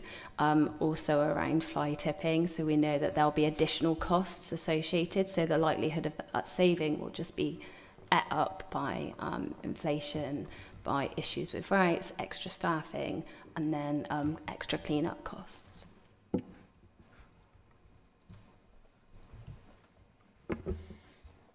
Okay, thank you. Can we move forward towards the recommendations that are coming into the report? Yeah. Okay. So are we able to look at the first recommendation we have, which is to maintain curbside sorting for waste collection? Councillor Finch? Yeah. Sorry, I just wanted to check. So are we moving on to the voting now? Yes. We need to focus on the recommendations and then have a vote on each one. Yeah. Okay. Yeah, I had understood that we were doing questions and then debate, but maybe I had misunderstood. This is a time to conclude with reference to things we have to decide, because we've had quite an extensive discussion about what we've heard, but now we've got to focus on what we need to decide. So, yeah. Yeah. Yeah. So we have a number of these points. We may or may not support them, so we need to discuss that, but we will then have to vote on each one after the other. Okay. So the first recommendation is, in fact, one of the things we did discuss, which is the curbside sorting method that we have for houses in the standard collection. So does anyone have anything they'd like to query about that before we consider that? You happy to move to a vote? Chair, Councillor Weston? Chair, would it not make sense to open a short general debate on all the recommendations and then we move to the vote on those recommendations rather than trying to do it one at a time? Because they are slightly interlocked as well. Yes, there is a sequence. I'm happy if we do that once for all of them. I'm conscious that we can't go around every single time. So I'm happy if you want to... debate and then we get on to the voting. Yeah. Okay. We can have a short debate which covers all of the recommendations which are in front of us. There are 4 for decision and 1 for noting at the end. So does anyone wish to start that? Councillor Weston. Yeah, go on, Chair. If we're going to talk about them all in the round, then cards on table, I'll be voting to retain fortnightly collections. I've made this completely plain, and I think we've been dancing around the subject on this. I can well understand the arguments, but my residents think there's a minimum service they expect from the council, and that's fortnightly collections. Being consistent on that, what I would though like to see, because this is where I think there's an amendment coming, I'm looking at Labour colleagues who have moved it, is when we're looking at 2.1, which I'm going to vote against, because I'll be voting for 2.2, I don't want to throw the baby out with the bathwater. If there is additional funds that I think we should look at, then I would much rather we had a situation where I can vote for 2.2, fortnightly collection, but we send officers away to explore what the cost implications are for everything else. Because actually, if there is an extra pot of cash, then I want to see whether we can do a little bit of what is there for 2.1 as part of 2.2. But crystal clear, I'll be voting for fortnightly collections. And I think we know the way the vote's going to go on that tonight, Chair. I think you're jumping to the second bunch. Yeah, no, I understand that. You understand that, and you're in fact arguing for maintaining 2.2, which is maintaining 2 weekly collections for black wheelie bins and service, but to explore other options to manage those things if there is available budget. And at the moment, as you rightly surmise, we don't know if there is a sort of budget and legal sort of provision to do that. So that would be something we would have to take away. Yeah, and I'm happy to do that if we need to do that. So, do we have any conclusions about continuing the basic model that we do have, that continues the curbside sorting methodology, which was the first recommendation? Just like to be sure of that. Does anyone differ from that? I don't think so. No. Okay. Councillor Kent. Sorry, Chair, I'm just going to dive straight into the whole debate because I thought that's what we agreed to do, to try to save time rather than have 4 different debates. So obviously the really big decision that everyone wants to know is about the 3 weekly waste collections. Before I get to that, I will slightly address the more simplified recycling, which I do support. But I want to point out that there is quite a major change here. I know it's not used by many people, but it's about textile clothing collections. So we must really take note that there is a substantial polluter in this country. About 1 million tonnes of textiles are virtually thrown away, most of it in the general waste, very little of it recycled. And we're going to take that out of our recycling streams. Now, I understand the arguments why. And the main argument why is commercial. There is not a big commercial market out there. But that's not the environmental argument. And I did put this a few times during while we were looking at this as the task and finish group. And that point, as well as my feeling that these changes are unfair on larger households, means that I won't support moving to 3 weekly waste bin collections. I will support the 2 weekly. I do think proposals might be being brought forward that we can keep the other options alive. I think we have heard that there is possibly some additional money out there. I think as a committee we need to send a strong message to the rest of the council that we're expecting that additional money to be assigned to this service. Last year it was eaten up by the general budget and by cost pressures and increases in waste and recycling. I think we expect this year for that money to go to improving the service, and hopefully someone might be moving an amendment to say that. But anyway, that's my position. Thank you, Chair. Thanks very much. And it is something we will have to go away and look at if we want to try and explore that option, because it can't be decided here and now, unfortunately. Okay. Is there any other contribution to the debate? Yeah, Councillor Crawford. Hang on. Thank you very much, Chair. I have to say, so I was fairly sceptical about even starting down this look at 3 weekly in collections at the beginning. I was very sceptical. I have really been convinced by the strength of the evidence presented over the last 6 sessions that we've had, as well as all of our contributors. I do think this is the right thing to do. I represent one of the least deprived wards in the city. And part of, I think, what I need to do as a good representative for them is to effectively challenge them to decarbonise and to take more sustainable choices. I don't know how I could achieve that without this 3 weekly. I think there's some really valid concerns that Tin and Kirsty have really raised here. And it's a little sad that we weren't able to kind of come to an agreement that you guys could support. But, you know, I was really inspired as well at what the Welsh Government was able to achieve in terms of their recycling rates. And they stuck to that ambition. And I think that ambition should really be celebrated, and I was hoping that we would be able to replicate that ambition here. But, you know, however the way that this vote goes today, I think that there's definitely more work to do, and I'm hoping that both myself and my colleagues will be able to work on that in future as well. Right, thank you. Thanks very much. And I think it's really helpful to remind us that we're in a city that actually expects us to do the best we can and to have ambition. And the consultation that was very extensive really strongly came back saying people want cleaner streets and better recycling and better services, and sort of bringing that with less waste was something they strongly expect us to try and do. It may work differently in different parts of the city, but we have to invest in those parts of the city to provide the best service.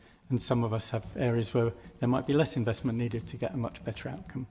And I would hope we can be ambitious. Okay. Councillor Reynard. Thank you. I just first want to place on record my thanks to everyone for the huge amount of work that has clearly gone in over the last 12 to 18 months into this. It's clearly been there's been a lot of debate. It's been well thought through. There's been lots of evidence provided. There's just that extra bit I want on sort of the recycling rates and how we get into that. See if we can do something more tailored in parts of the city. I just want to start off with that point.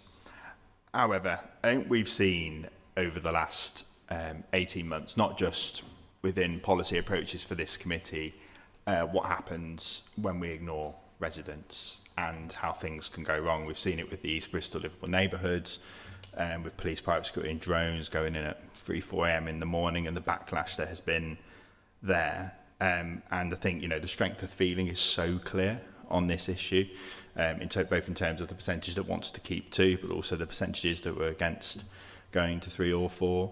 Every single ward was against it.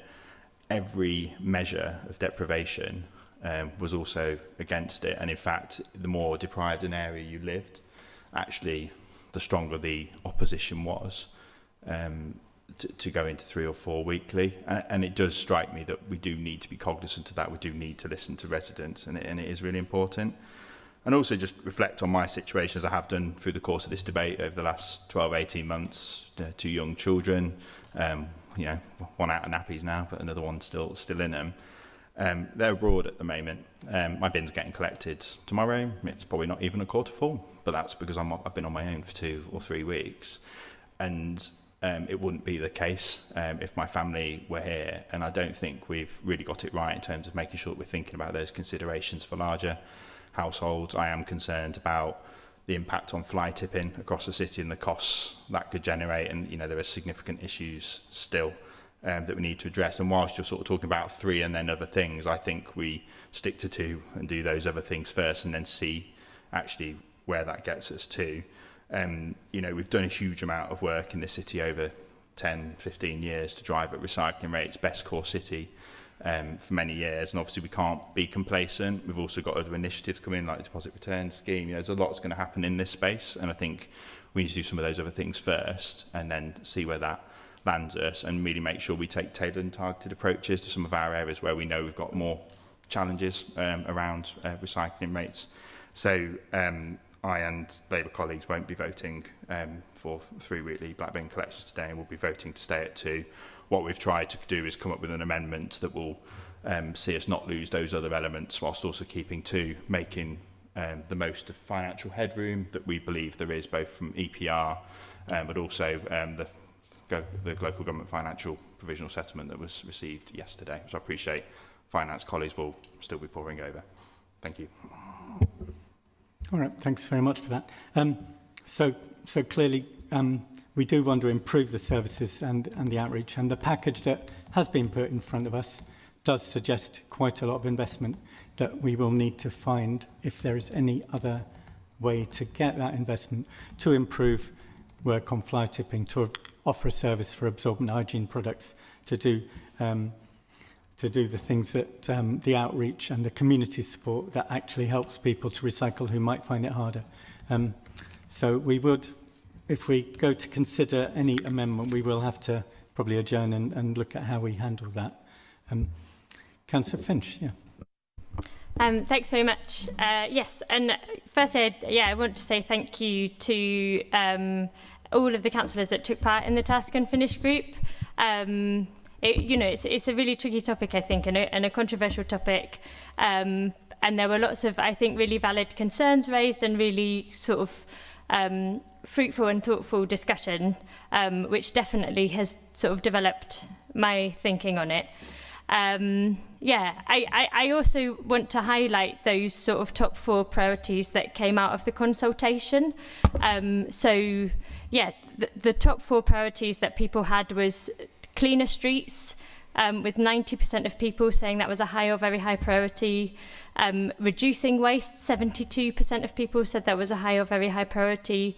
Recycling more, 68% of people said that that was high or very high priority for them. And tackling the climate and ecological emergency, 63% of people said that was high or very high priority to them. And just to compare that, so that, I do also think we really need to take very seriously people's response in terms of the potential move to 3 weekly. But just to compare those figures, 63% of people were against 3 weekly, so that's fewer than said cleaner streets, recycling more and reducing waste were high or very high priority. It's the same number of people that said tackling the climate and ecological emergency was a high or very high priority. So, we can't just consider that one element of the consultation around 3 weekly in isolation. And we need to find ways of, getting cleaner streets, recycling more, reducing waste. And based on the whole process we've been through and all the evidence we've seen and hearing from all the other local authorities, I am really confident that moving to 3 weekly, but with all of these extras that we've sort of managed to get together, responding to those very valid concerns that came up in the Task and Finish group, is the best way forward and is the best way that we can tackle those priorities that people have. And I think as well that we don't have an alternative on the table that does actually tackle those priorities. I don't know what the alternative looks like. I mean, I am hopeful that we can do something with the money that is available, but at the moment we don't have a good alternative on the table. And I also want to point out that many other councils are moving to 3 weekly. North Somerset moved in June, and already they've reported a 15% reduction in black bin waste and a 10% rise in recycling. So we know it works, and it's, other places are doing it. All the time. Wiltshire just earlier this month voted to move to 3 weekly. So I will be voting to support the 3 weekly option with all of those additions on there. And if it doesn't go through today, I really hope that we can revisit this. I hope that we can find ways to still promote recycling, but that we can then revisit this and have this conversation again, maybe in a year's time once we've seen where we're at. Thank you. Thanks very much. Yeah, Councillor Russell. Yeah, hi. Where shall I start? I am going to be voting for 3 weekly as well, because I think that is what is best for Bristol. Considering what Abby said about Bristol voting for cleaner streets, more recycling, we've seen evidence that reducing collection frequency is the way to do that. And we've also seen that although it can be a politically controversial decision, public opinion within 6 months, there is public approval of the scheme. So, yeah, I wouldn't just take people's response at a consultation, particularly one that had been sort of egged on by a public petition dramatising the issue. Yeah, I wouldn't take that to be the only thing that the public care about, because at the end of the day, they do want cleaner streets, they do want better recycling, and if this is the way that we get to it, then maybe we make ourselves unpopular for 6 months, and then it gets better. I also think, sorry, go on a rant, I also think that the national government also should take some more responsibility around the UK's waste in general. We should be taxing businesses more on the plastic production. We're obviously living in a society that's producing much more waste than we're built for. So we're doing what we can locally, but I do call on the national government to do more. Thank you. Thanks very much, Councillor Russell. Yeah, and I think if we are to be listening to concerns but also evidence-led, then the evidence we've had from other authorities, Labour, Lib Dem, various complexions, the whole of Wales, which has a Welsh Assembly run by Labour, we can be very conscious that there are controversies, but there are also success stories, and that there is a real outcome that can be achieved. And the main lesson I take from our extensive 12 hours of task and finish group is that once we start looking at the evidence, once we start looking at the factors that have actually improved recycling and kept it improved, rather than the sort of plateaued and then declining recycling that we've faced the last few years, is you have to make interventions. And those interventions can be both positive, with support, outreach, waste doctors, community grants, and so on, which we've proposed, new services such as absorbent hygiene products and nappies, and taking away some of the capacity that makes it easy to waste at the same time. And you do that in a supportive and positive way. And the proposal we have in front of us is for a long lead-in time, plenty of preparation, and make sure we get it right. So some of us are in favour of that approach, but I think we need to conclude the debate and consider what is actually before us now, and if we have both the recommendations or any amendment table for the recommendations, we have to look at those and take stock of what the committee would like to do next. So I'm just going to confer to see the right sequence to in fact deal with any of those possible changes.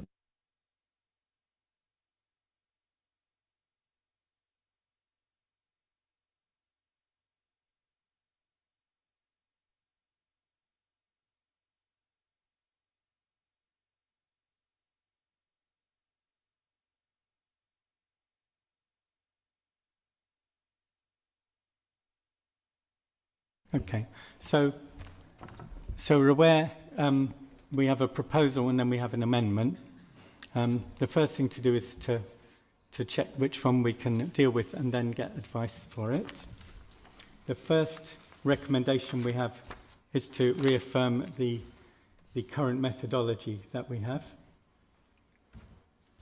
And then we can move forward to the next one or an amendment if we have that tabled. So can we go through the first proposal that is in front of us, which is to continue the waste methodology? And I'm going to read out that proposal. Sorry, it's on the other side. Here it is. Where is it? the first proposal recommendation. I would suggest that we move to amendment. But that's not amending our first proposal. I'd like to move our amendment. I think that happens after the recommendations are moved. You don't vote on any recommendations until amendments have been dealt with. Okay, we will have to see your proposal in writing, and then we will then have to consider where we need to adjourn to consider that. Okay, so if you've tabled it, do we have that in front of us? Chair, can I just provide some advice on the amendment, if that's okay? So I'd also like to tweak it, which might help with your advice, because I'd like to add in brackets subject to funding to part of it. Okay. Well, do you mind if I just say what I was going to say, Councillor, and then...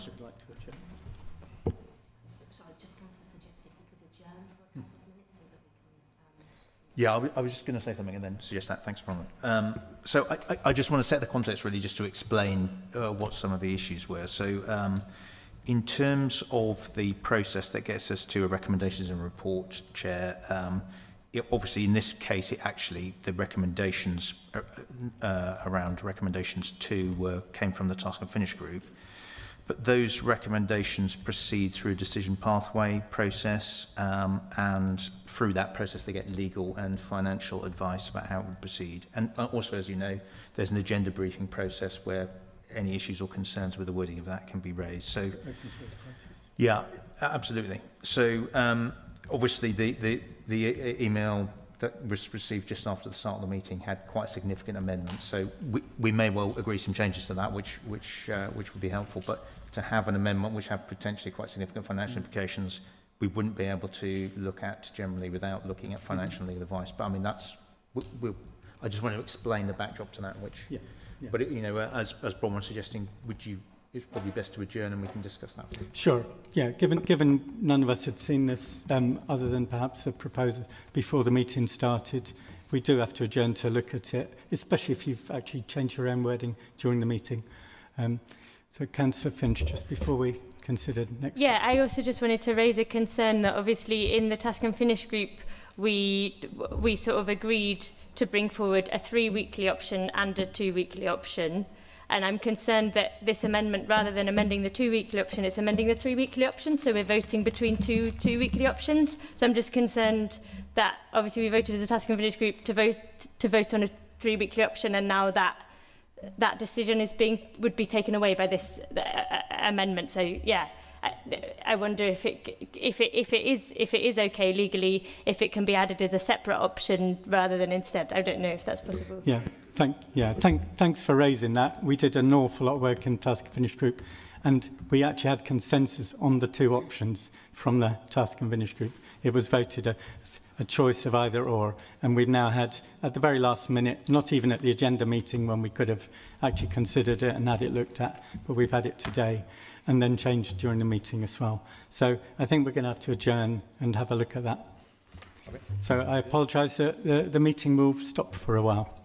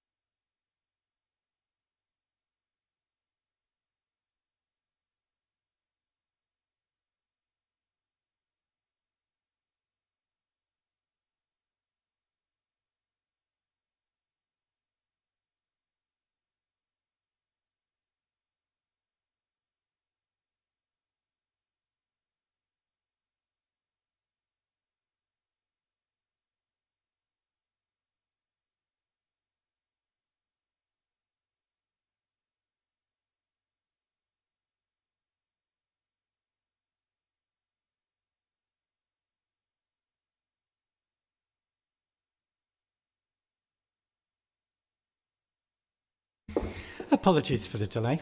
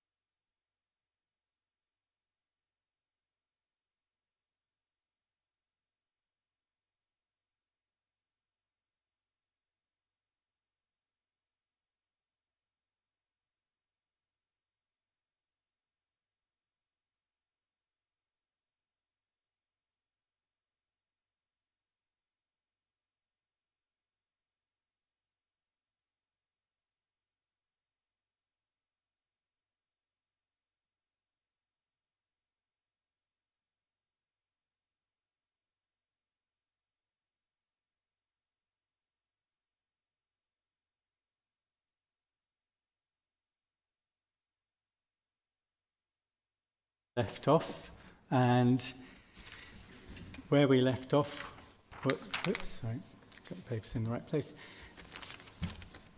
was the item where we were about to consider the proposals for recommendations for agenda item 8 on waste minimisation. And we've completed the questions and the debate, and we're moving to the recommendations. Apologies for the delay getting to these. So I'm going to propose the first of the recommendations in our report, which is to agree to maintain curbside sorting as the approach to long-term waste collection as outlined in the Appendix A.2. I'm proposing that. Do I have a seconder for that?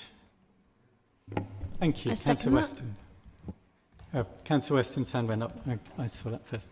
Okay, so we're now going to vote on recommendation 1 in the report as available, which is on that curbside sorting approach. All those in favour of that, please raise your hands. I can see all the hands. That is unanimous. That means there's no one against or abstaining. So that recommendation 1 is approved. Thank you for that.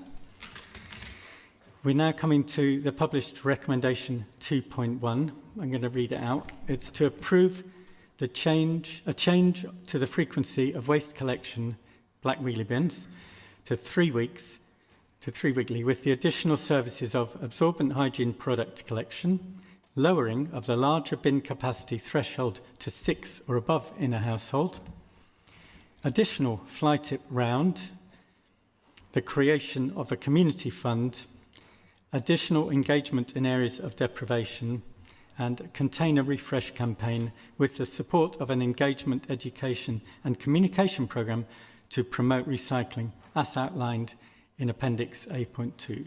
So I'm proposing that. Do I have a seconder for it? Seconded by Councillor Finch. Thank you very much. So Councillor Reynard would like to propose an amendment to that recommendation 2.1. Do you have that text available, please? Yes, it's on the screen.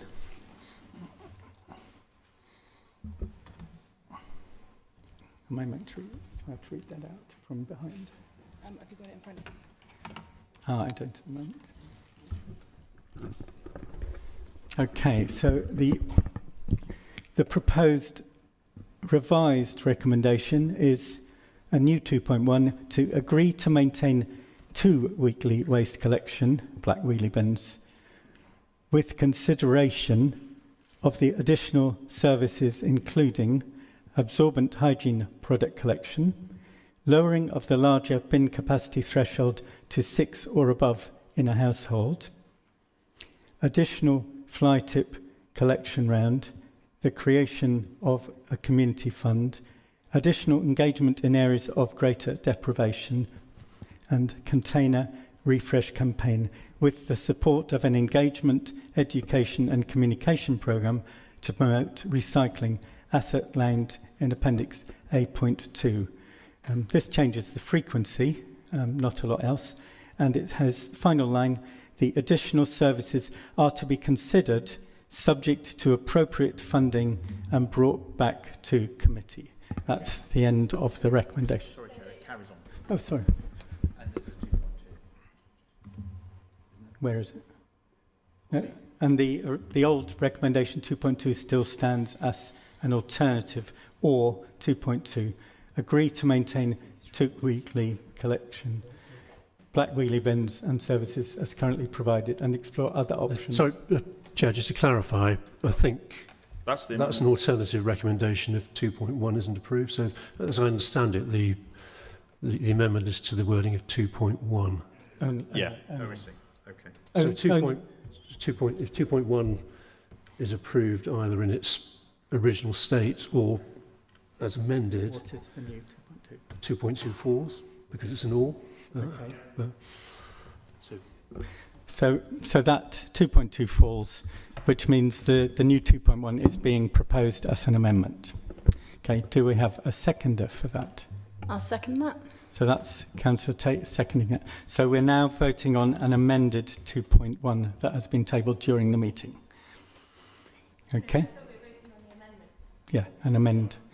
We have to agree whether or not to agree to the amendment. So that's what we're voting on now, is the proposed change to 2.1.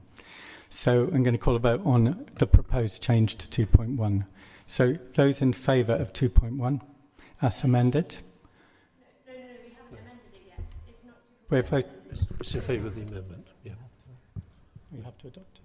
No, you're voting at this stage on the amendment as proposed by Councillor Renhard. Is it being proposed? That's what I said.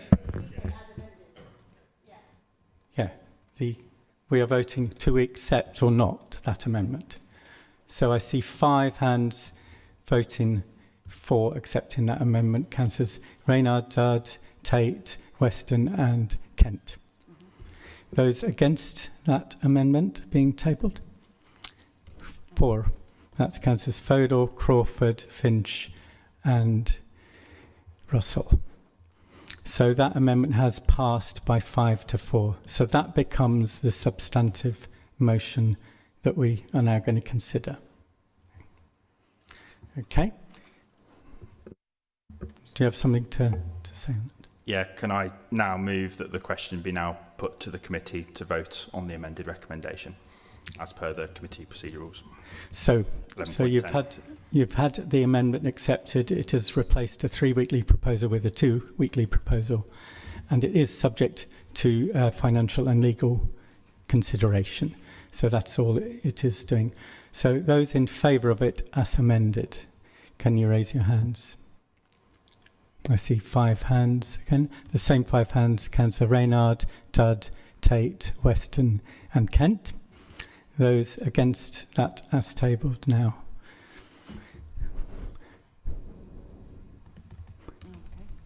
Those voting against that recommendation, 1, that's Councillor Fodor. Those abstaining? Councillors Crawford, Finch and Russell. So that amendment that proposal to the committee has been adopted. Okay, so we can move on to that. Now means recommendation 2.2 has dropped, so because that was an or. So we're now on to recommendation 3 at the committee. Do we have that on the screen? Sorry, yeah. I think we now need to amend number 3 because it says if 2.1 is not approved. So I suggest we just remove if 2.1 is not approved. And yes. So we're now going to have that slight tweak to the wording to remove those first few words and to propose a container refresh. Okay. So those in favour of... Oh, sorry, Councillor Weston. Sorry, go ahead. Oh, right, yeah. Sorry, I do need to read it out. So we are now, sorry, because it's behind me. I do need to read it out. So recommendation 3. Chair, just to be clear, removing the recommendation, you're proposing that the first 4 words are dropped. Yeah. So we're proposing to remove the first 4 words, and so recommendation 3 will read: agree to container refresh capital to update the recycling containers and amend containers with an education campaign. Those in favour of that recommendation? All those in favour? And that is unanimous, so all 9 members have voted for that. So that now has been adopted. We now have recommendation 4. This is the decision about non-standard collections, and that is in the report, to agree to non-standard collection service for arterial routes, the city centre and mixed-use developments. That's as tabled. Do we have a seconder for that? Yep, Councillor Finch. So can we vote in favour or otherwise? Those in favour of recommendation 4? That is all members of the committee, so that has now been passed unanimously. Thank you. And the 5th recommendation is to note the consultation report in Appendix F. So we have noted it. Thank you, committee. So we can now move on to the next item on the agenda. Yes. This is agenda item 9, the Bristol Waste Company fleet replacement. We've been asked to approve a vehicle fleet replacement strategy. Chair, in the interest of time, could I move that we put the question to the committee immediately for this agenda as well, please? Thank you. Are we happy with that? Yep, I've seen that seconded. Okay, I'm going to still have to read it out. The Committee for Environment and Sustainability firstly approves the proposed replacement strategy for operational vehicle fleet that are utilised by the Council's waste service provider, Bristol Waste Company. 2. Notes that the financing of the initial batch of vehicles will be sought via the Strategy and Resources Committee and will be subject to full Council budget approval. Are we happy to take those together, committee? Great. Those in favour of taking those together, raise your hand. We have 6 members of the committee raising their hands. That's Councillors Weston, Kent, Russell, Finch, Crawford and Fodor. Do we have any against that recommendation? I don't see any. Do we have any abstain from the... And I see 3 people abstaining. That's Councillors Reynard, Dudd and Tate. So that agenda item has, and the recommendations have been approved by committee. Can I just say that's like highly unsatisfactory, how that's played out, because we've got a document there, a paper that should have been debated properly. So I'm really upset about that. Yep, I'm sorry the time for that debate was lost.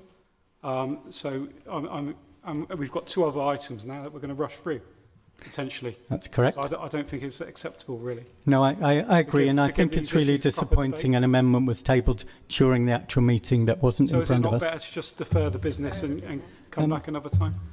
Well, we did say we would continue the business. Well, let's do it properly then, if we're going to do that.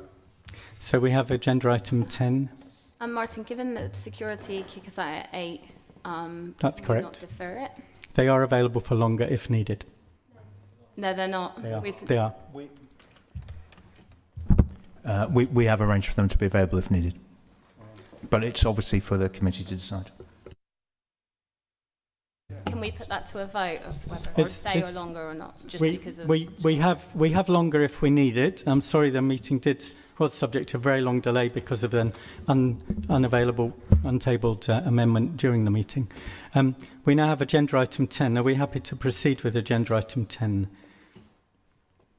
I don't think this is the way to do business, to just rush things through, to be honest with you. I agree. It's not ideal. Satisfactory, so. And unfortunately, it was caused by an amendment tabled during the actual meeting that wasn't in front of us at the time.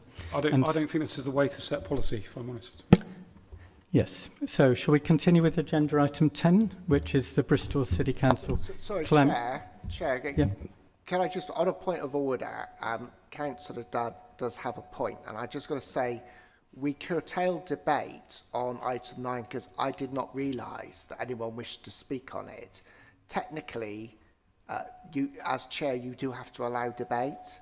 So if there is time to have allowed debate, I've got to say I'm a little uncomfortable about our decision on item 9. Obviously you have to make the final decision on that as chair. And on the other two items, I'm more than happy to vote for them. But I guess the question is, do we have to vote for them tonight, or could we do them more justice by rolling them over to another meeting?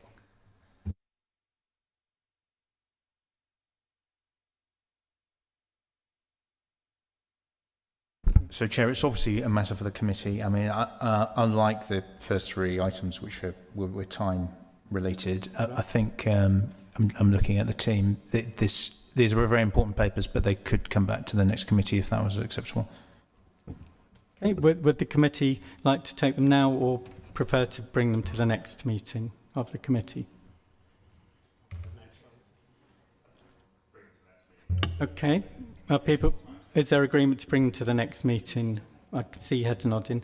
Okay, it's been a long meeting. It is a couple of minutes to 8. So we will conclude the meeting at that point. I'm happy with that. And the officers will come back to speak on it then. In that case, the meeting has closed at 7:58. Okay, thank you.